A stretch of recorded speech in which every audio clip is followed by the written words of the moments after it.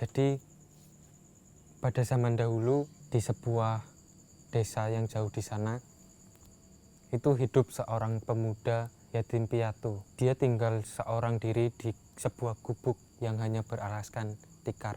Sedih memang untuk melihat kehidupannya itu. Tapi kalau dilihat, dia itu orang yang sangat pekerja keras. Dia hidup di sebuah hutan, di sebuah ladang milik pamannya dan menggarap ladang itu. Setiap harinya ia bekerja membanting tulang. Untuk makan, ia sering dikirim oleh seorang janda bernama Mandeh Rupiah.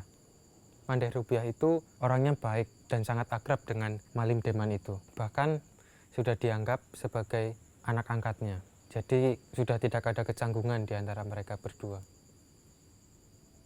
Pada suatu malam, Malim Deman sedang menjaga ladang milik pamannya.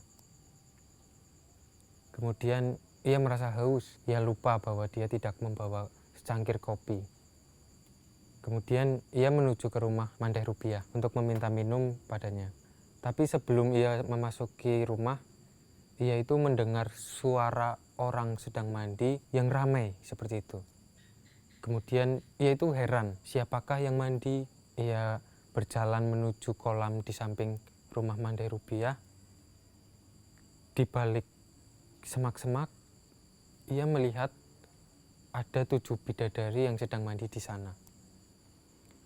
Ia sangat kaget dan tersanjung melihat kecantikan dan bentuk tubuh milik bidadari itu. Saat ia sedang mengendap-endap berjalan, kemudian ia tersandung sebuah selendang. Di situ ada selendang yang amat banyak. Tanpa ia berpikir panjang, ia langsung mengambil salah satu selendang di situ.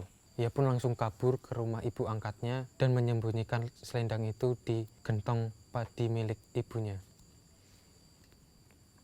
Saat bidadari itu sudah selesai mandi, bidadari itu kemudian pergi. Tapi cuma satu yang tidak bisa pergi. Ia kehilangan selendang untuk terbang ke kayangan. Kemudian bidadari bungsu itu menangis di situ. Mendengar suara tangisan itu, Malim Deman tidak tega, kemudian menghampiri bidadari bungsu itu. Setelah ditenangkannya, bidadari bungsu itu pun diajaknya ke rumah ibunya. Kemudian bidadari bungsu itu tinggal di sana bersama ibunya, makan di sana, dan melakukan segala aktivitas di sana. Malim Deman pun sering pergi ke rumah ibu angkatnya untuk bermain dengan putri bungsu itu. Seiring berjalannya waktu, karena Malim Deman dan putri bungsu menghabiskan waktu bersamaan, kemudian mereka jatuh cinta. Dan akhirnya mereka menikah dan dikaruniai seorang anak bernama Sultan Duano. Namun setelah ia menikah, Malim Deman menjadi berubah. Ia kini bermalas-malasan dan sehari-harinya hanya dihabiskan untuk berjudi, minum minuman keras. Selain itu, biasanya Malim Deman itu tidak pulang, ada seminggu atau 2 minggu. Perhiasan yang dipakai oleh putri bungsu sudah hilang untuk bermain judi. Setelah lama, suatu hari putri bungsu itu sedang mencari suatu barang di gudang milik rumah ibunya. Di gudang itu tak sengaja ia membuka sebuah lumbung padi yang sudah tua. Kemudian ia pun kaget. Ia melihat selendangnya yang ternyata ada di situ. Ia pun bertanya-tanya, siapakah yang menyimpan selendang ini? Jangan-jangan ibu saya.